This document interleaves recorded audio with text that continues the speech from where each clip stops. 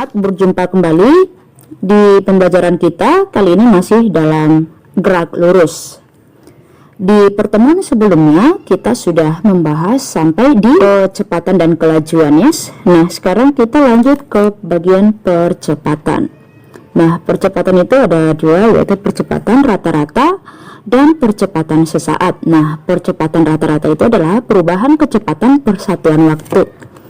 Ini ada delta V. Delta ini menunjukkan dia adalah perubahan, ya.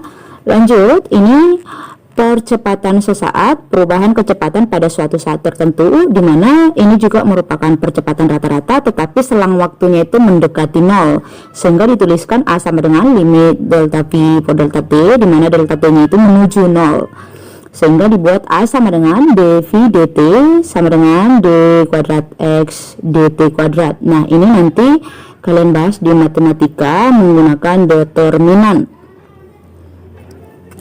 Oke, lanjut. Nah, yang selanjutnya adalah gerak lurus beraturan. Gerak lurus beraturan itu adalah gerak benda pada lintasan lurus dengan kecepatan tetap. Pada GLB kita harus ingat bahwa kecepatannya itu adalah konstan dan percepatannya itu adalah 0. Ya, sekali lagi, pada GLB kita harus ingat kecepatan konstan, percepatan sama dengan 0, sehingga jaraknya itu dirumuskan X sama dengan X0 tambah Vt, di mana X0 ini adalah posisi awal, V sama dengan kecepatan, dan T adalah waktu. Nah, pada GLBB yang perlu kalian ingat itu adalah bahwa A-nya yang konstan kalau di GLB tadi, V-nya yang konstan kalau di GLBB, A-nya yang konstan atau percepatannya, ya. Nah, gerak lurus yang percepatannya tidak berubah atau tetap terhadap waktu atau dipercepat beraturan itu adalah GLBB, ya. Nah, sehingga pada GLBB berlaku persamaan ada 3, yaitu V sama dengan V0 tambah AT, di mana V adalah kecepatan, ini V0 nya ini kecepatan awal, terus A percepatan, T adalah waktu, ini X sama dengan X0 tambah V0 T tambah setengah AT kuadrat, ya. Ini juga sama aja, ya.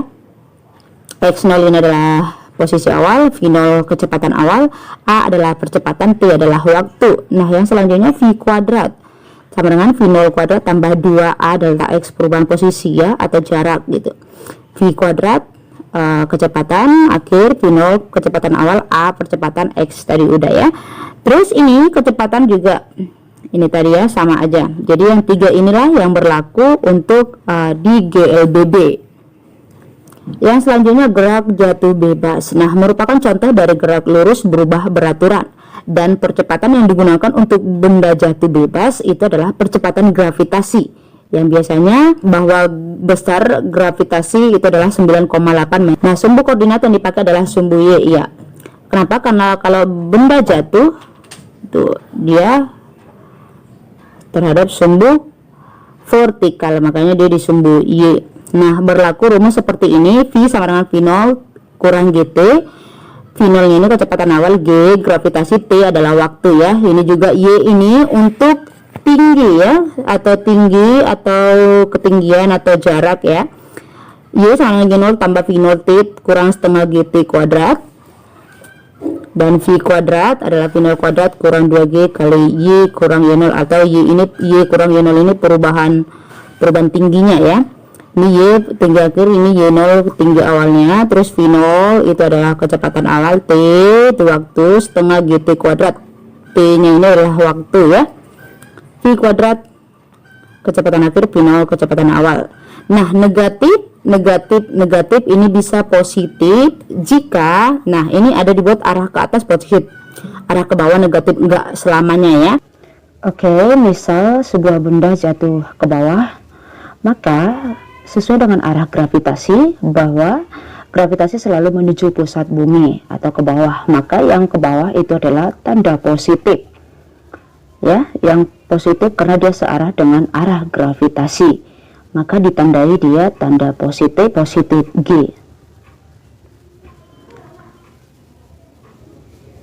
Oke, dan yang selanjutnya, bagaimana jika kita lempar sesuatu ke atas, maka dia arahnya positif ke atas? Tidak, karena dia berlawanan dengan arah gravitasi bumi.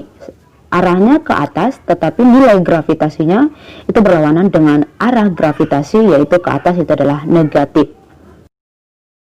Oke, yang ke bawah searah dengan arah gravitasi positif, berarti ke atas itu adalah berlawanan dengan arah gravitasi bumi, sehingga bernilai negatif. Nah, sebuah mobil bergerak dengan kecepatan 27 km per jam. Kemudian mobil dipercepat dengan percepatan 2 meter per sekon kuadrat. Hitunglah kecepatan mobil dan jarak yang ditempuh selama 5 detik setelah percepatan tersebut. Nah, kita buat dulu V0. 27 km ini kita ubah dari kilometer per jam menjadi meter per sekon, yaitu 27 km. Kilometer ke meter berarti dikali 1000. 27 kali 1000 adalah 27.000 per 1 jam itu 3600 detik ya, makanya 27.000 per 3600 sama dengan 7,5. Terus X0 nya adalah 0 ya, sebuah mobil bergerak, dia berarti dari posisi awalnya dia di posisi awal 0 ya. Terus A sama dengan 2 meter per sekon, percepatan ya. T sama dengan ini T 5 detik. Nah, kecepatan mobil, nah ini merupakan GLBB. Nah, gunakanlah persamaan GLBB, V sama dengan V0 tambah AT. V0 nya berapa? Nih ya, 7,5. A kali T, A nya berapa? A nya 2, A nya 2, T nya 5, berarti 2 kali 5 sama dengan 10.